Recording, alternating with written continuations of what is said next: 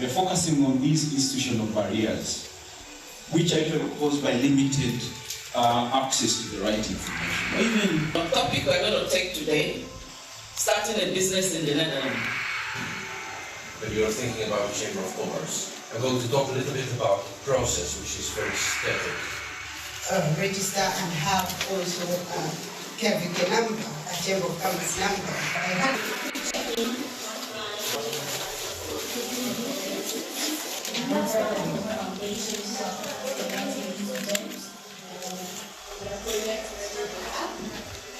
Talented migrants, African migrants. Just want to do a quick tutorial. So if you just want to have a quick Mentimeter. So if you don't have your books and your pens and a catalog here, you can go to the registration desk to pick them up. As the conversation is ongoing, you just put down your questions because of time, you just have both speakers speaking and then we'll take the questions at the end of the day. So in order not to forget that, please grab your books and your pens and anything you need there, the catalog. We will also share further information with you with the emails that you've shared, and further future information will be shared as well. And tell us how you're feeling today. The code is on the screen.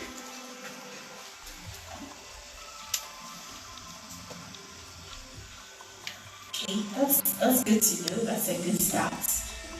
You're about 20 last year. Oh, anxious. I want to know what you're anxious about. Yes, okay, so we move to our next question. What do you know about starting a business in the Netherlands? Discouraging. KVK registration. We have an expert here to clarify all our KVK questions. So,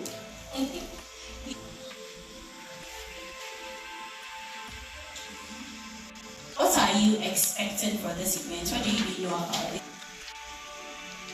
Any idea to direct our conversation here today? So on this note, I would like to invite the founder of Umbrella of Hope Foundation in the person of Mr. Michael Datemwa. Umbrella of Hope was started in 2007, way back in Uganda, through my own personal dreams, from my own experiences growing up.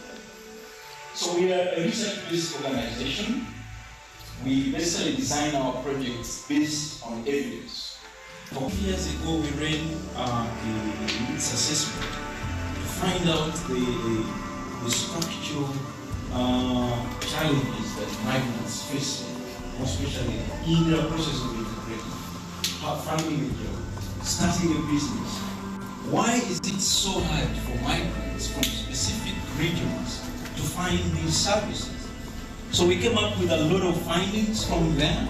I won't run through that because we've found there's a lot of interest from institutional organizations to support marginalized groups or marginalized communities to find their way around the Netherlands. We should never sit back and think this society is blocking us out. They're also trying on their side. Umbrella of Hope believes in collaborations.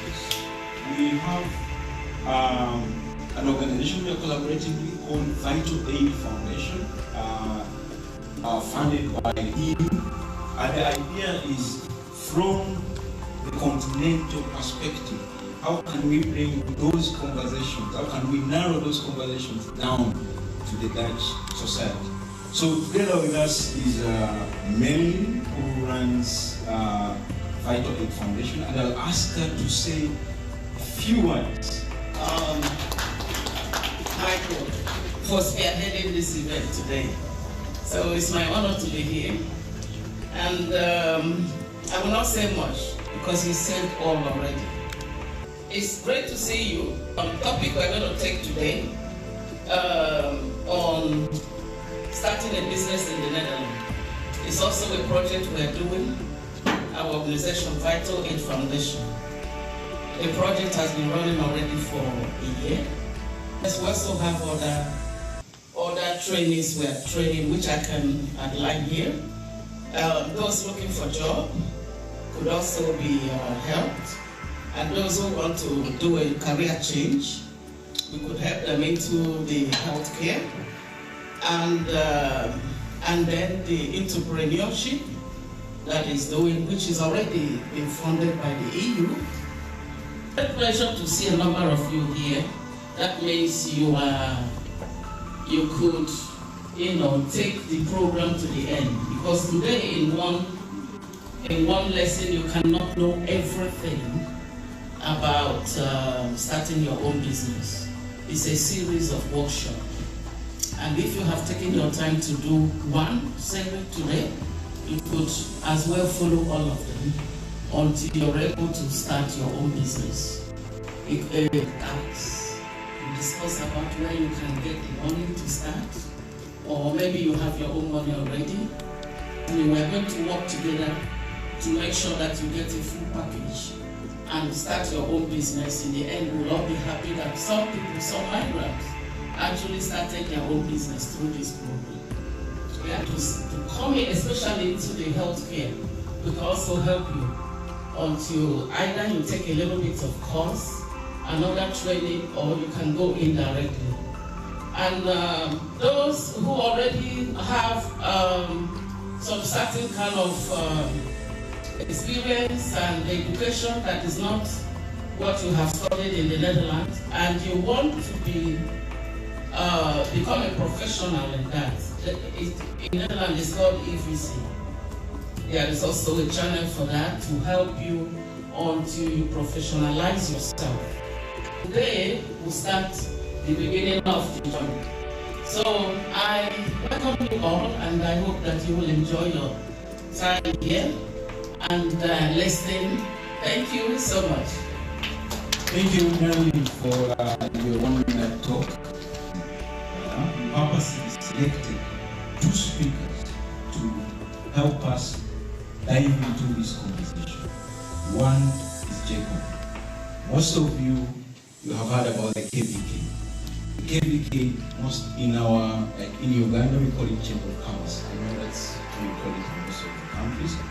But Jacob will help take us through that journey on how. We have Nadine with us here, who will take us through the practical experience of starting the business here. Where were the challenges? Where were the opportunities? And that will align with both their talks. So here, I would like to welcome Jacob to take it. Good afternoon, ladies and gentlemen. I'm very glad to be here, to be invited to have a short talk this evening.